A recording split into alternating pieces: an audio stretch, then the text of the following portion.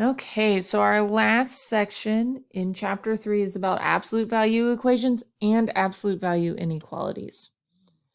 So first, let's just talk about what an absolute value is. Just a reminder, absolute value is the distance from 0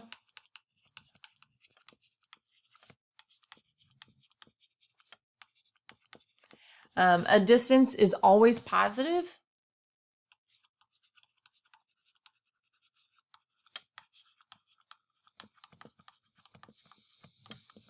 No matter which direction you go, it's the same distance. So if I were to walk a certain distance in front of you, even if I walk it backwards, it's still a positive value that I walked. So distance is always positive. We show absolute value with these long bars, and we normally have like a -3 or a +5, but or a variable in there. We have like y, the absolute value of y. But those bars represent absolute value.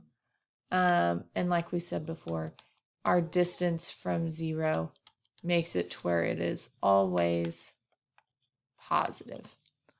All right. So now to talk about the equations.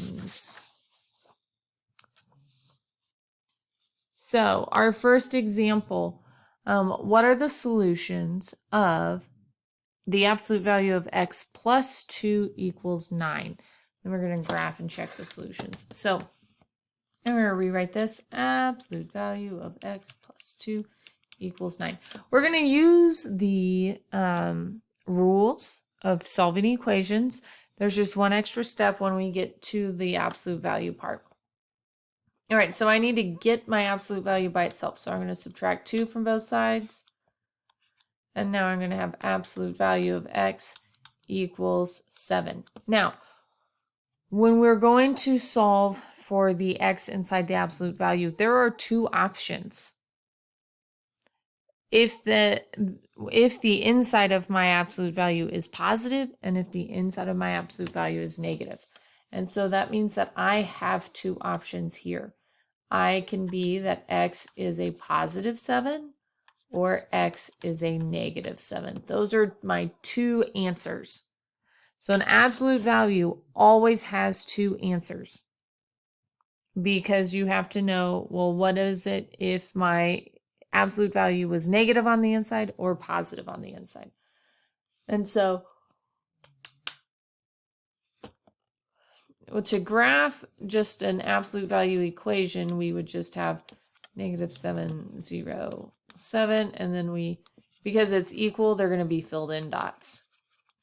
There's no lines going away from them. They're just the dots on the number line.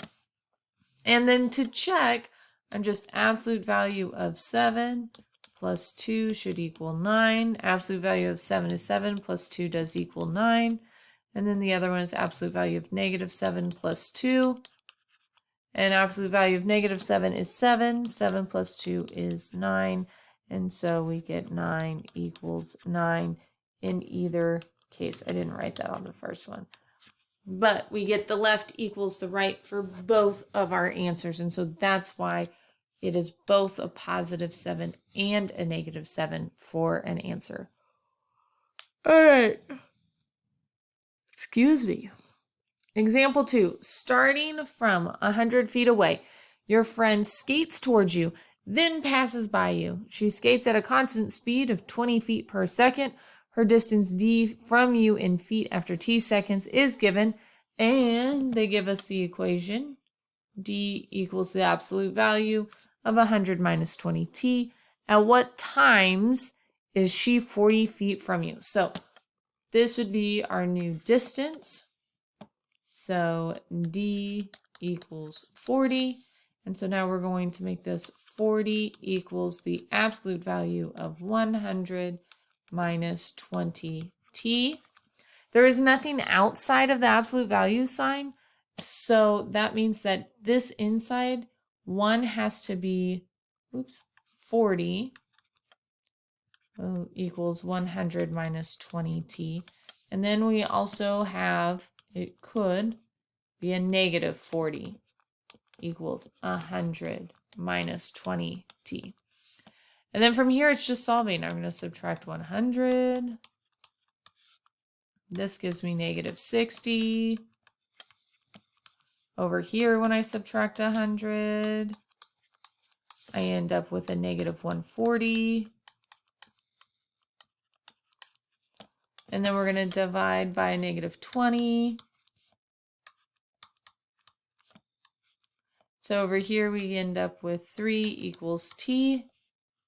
Or, and then over here, when we divide by a negative 20, then we end up with 7 equals t. So they pass, or they are 40 feet from us at 3 seconds and 7 seconds. Because they're 40 feet in front of us at 3 seconds and then 40 feet behind us at 7 seconds, because that's when they passed. So that's how that one works. Last example for this video, and then we'll do a video on inequalities. So what are the solutions for 3 times the absolute value of 2z plus 9 plus 12 equals 10?